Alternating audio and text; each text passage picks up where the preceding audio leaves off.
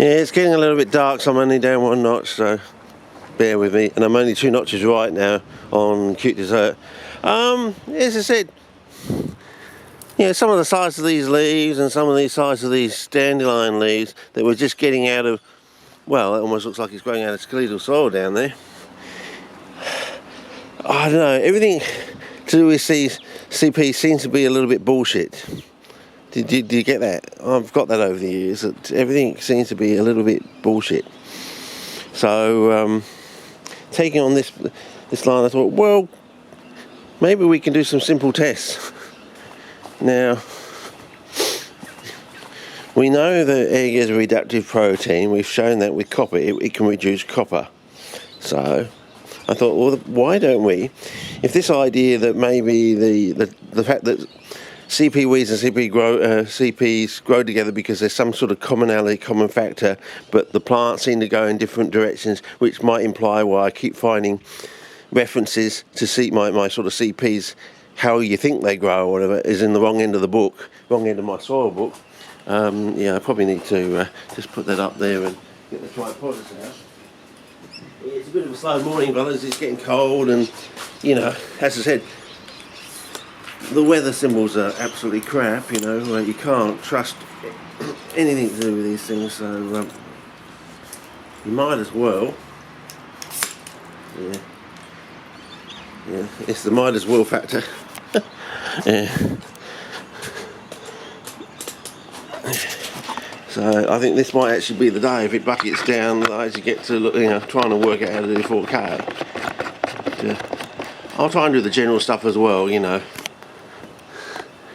moping around the hills in 1080p for you, while you wait for the 4K footage to turn up at the end of the season, basically.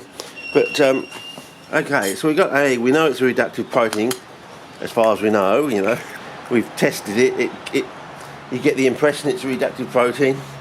We know that glucose is a reducing sugar. We know that copper can be reduced. I'm just wondering if the plants in some way reduce the copper and take the sugar out of the soil that way, if there is sugar in the soil. It's just, the reason I'm saying this is,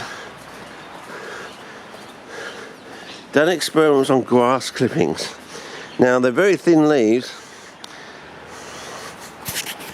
These are very thin leaves, and they got basically very little cellulose in them compared to the plant itself. Very thin leaves compared to a normal sort of plant. And I don't know, I just like these. I came across this one last night under torchlight. There's one around here somewhere. If I can find it again. It was a nice plant standing up, unless I've trodden on it, from the soil around here. Where was it? I was coming down here, and there was a nice plant sticking up with some nice leaves. Was it this one here? Yeah, in here. It looked better. I thought, oh, I know why, because all these leaves were closed at night time. But there was this nice plant looking on here, and you can see how that's a CP weed. If you look at that swamp at the base of Mountain Lofty advanced upload, first opening shot, it shows two classic CP weeds growing right next to Drosophila binata, and the Drosophila binata is growing on skeletal soil. So there's some evidence there is something there.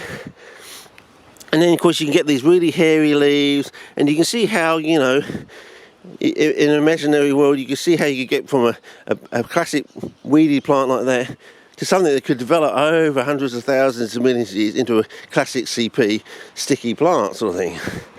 So I'm thinking there's like a connection there somehow, and I'm wondering if the plants would go in two different directions, and that's why there's some sort of meeting point where they actually grow together sort of thing. But we want to go maybe right, whereas the CP weeds go left, and we want to go right so we actually, don't grow the CP weeds as well as they normally do, but we grow the CPs even better than you can grow them in peat sort of thing. I don't know. So the first test, I think, is to see if this reductive protein actually reacts with any sugar. This is not glucose, and it's very hard to get glucose that you can actually trust that really is glucose. Apparently the only basic form of glucose around is grape sugar, which G for grape, G for glucose. You know, the Romans, that's why the Romans were into it, instant energy sort of thing. So I'm just going to put a sugar in here in the same sort of rough volume as I do for oxide sort of thing, and we'll just see if there's any reaction at all. Probably not, but you know, thought I'd give it a go, you know.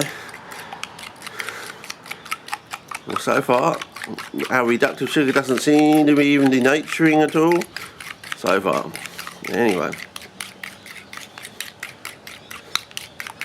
I suppose the next thing we can do is actually add some to some basic standard meat and see what we go. This is white meat, of course, and maybe I'll end up putting some sand, even though we know the sand is very salty. You've got to start somewhere, fellas, you know. Anyway, I'll see how that goes, because I don't think the sugar's totally dissolved yet. You know,